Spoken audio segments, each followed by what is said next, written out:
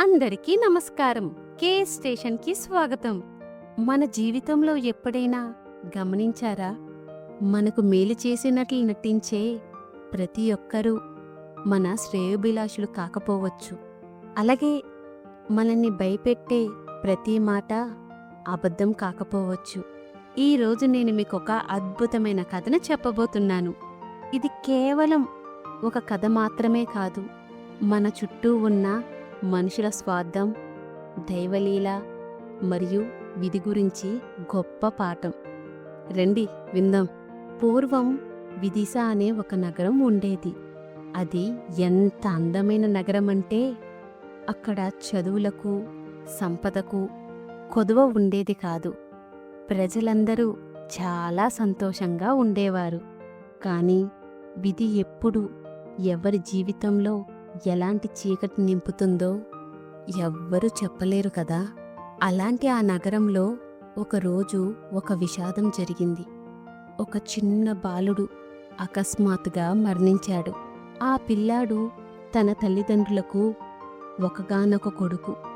ఎంతో అందమైనవాడు. అచ్చం బంగారు బొమ్మలా ఉండేవాడు. పిల్లాడి మరణంతో ఆ తల్లిదండ్రుల గుండె చెరువయ్యింది. ఊరంతా కన్నీరు పెట్టింది. ఆఖరికి ఆ బాలుడిని శ్మశానానికి తీసుకువెళ్లారు. కాని ఆ పిల్లాడి మొహం చూస్తుంటే ప్రాణం పోయింది అని నమ్మటానికి ఆ తల్లిదండ్రులకు మనసు అస్సలు ఒప్పుకోవటం లేదు. వాళ్ళు పిల్లాడిని పాతిపెట్టకుండా అక్కడే కూర్చుని విలపిస్తున్నారు. సరిగ్గా అప్పుడే ఆకాశం నుండి ఒక గ్రద్ద కిందకు దిగింది. ఆ గ్రద్ద చూపులు పిల్లాడి శరీరం మీద ఉన్నాయి. అది గంభీరంగా వారితో ఇలా అంది, "ఓ మనుషుల్లారా, ఎందుకిలా ఏడుస్తున్నారు? సూర్యుడు అస్తమిస్తున్నాడు. చీకటి పడితే ఇక్కడ భూతాలు, ప్రేతాలు తిరుగుతాయి. మీకు ప్రాణాపపాయం కలుగుతుంది. పుట్టిన ప్రతి ప్రాణి చావక తప్పదు. చనిపోయిన వాళ్ళు ఎంత ఏడ్చినా తిరిగి రారు.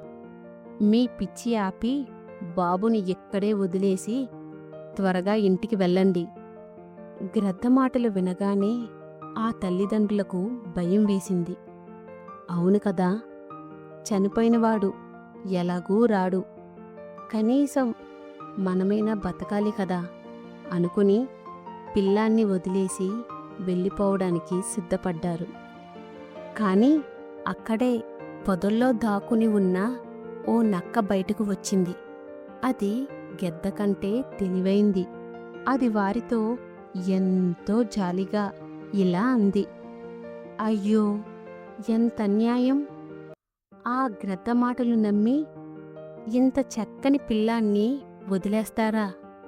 చూడండి, ఈ బాబు ముఖం ఇంకా ఎంత కలగా ఉందో. పట్టు కుచ్చులాంటి జుట్టు, బంగారు ఛాయ.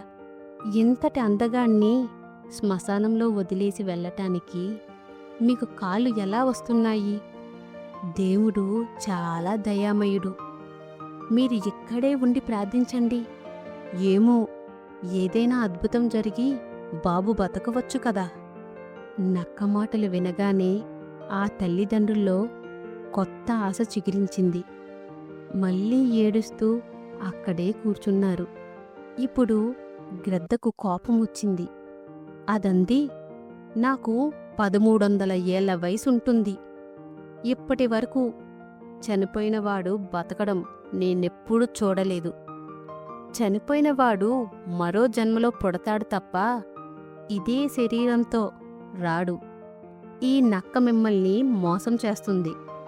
నక్క వెంటనే అడ్డుపడి, "ఓయ్ గెద్దా, నీకేం తెలుసు? శ్రీరామచంద్రుడు బ్రాహ్మణ బాలుణ్ణి బతికించలేదా? నారదుడు సువర్ణాష్టమి కొడుకుని బతికించలేదా? దేవుడికి అసాధ్యం ఏముంటుంది?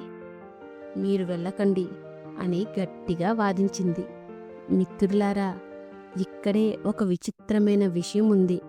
ఆ జంతువులకు పిల్లాడి మీద జాలి లేదు. గ్రద్దకు చీకటి పడితే కనబడదు. అందుకే చీకటి పడకముందే వాళ్ళని పంపించి పిల్లాన్ని తినేయాలని ఒక పన్నాగం వేసుకుంది. నక్కకు పగలు గద్దతో పోటీ పడడం ఇష్టం లేదు. అందుకే రాత్రి వరకు వాళ్ళనక్కడే ఉంచితే గ్రద్ద వెళ్ళిపోయాక తాను హాయిగా తినచ్చని అది ఒక పన్నాగం వేసుకుంది. చూశారా, స్వార్థం ఎంత భయంకరమైనదో! తమ పొట్ట నింపుకోవడానికి ఆ పసివాడి మరణాన్ని కూడా అవి వాడుకుంటున్నాయి. కాలం గడిచింది. చీకటి పడింది. ఆ తల్లిదండ్రులు నమ్మకముతో దేవుణ్ణి వేడుకుంటున్నారు. వారి మొర ఆ కైలాసవాసుడైన శంకరుడికి వినిపించింది. ఆపద్బాంధవుడు, కరుణాసముద్రుడైన శివయ్య తన వింతైన శోభతో ఆ శ్మశానంలో ప్రత్యక్షమయ్యారు. ఆయన్ను చూడగానే ఆ ప్రజలు కష్టాలన్నీ మర్చిపోయారు. స్వామీ, మాకు ఏ వరాలు వద్దు, మా పిల్లాడికి ప్రాణం పోయి అని వేడుకున్నారు. పరమశివుడు కరుణించి ఆ బాలుడి తల నిమిరి ప్రాణం పోశాడు. 100 ఏళ్ళు వద్దిల్లు అని దీవించాడు.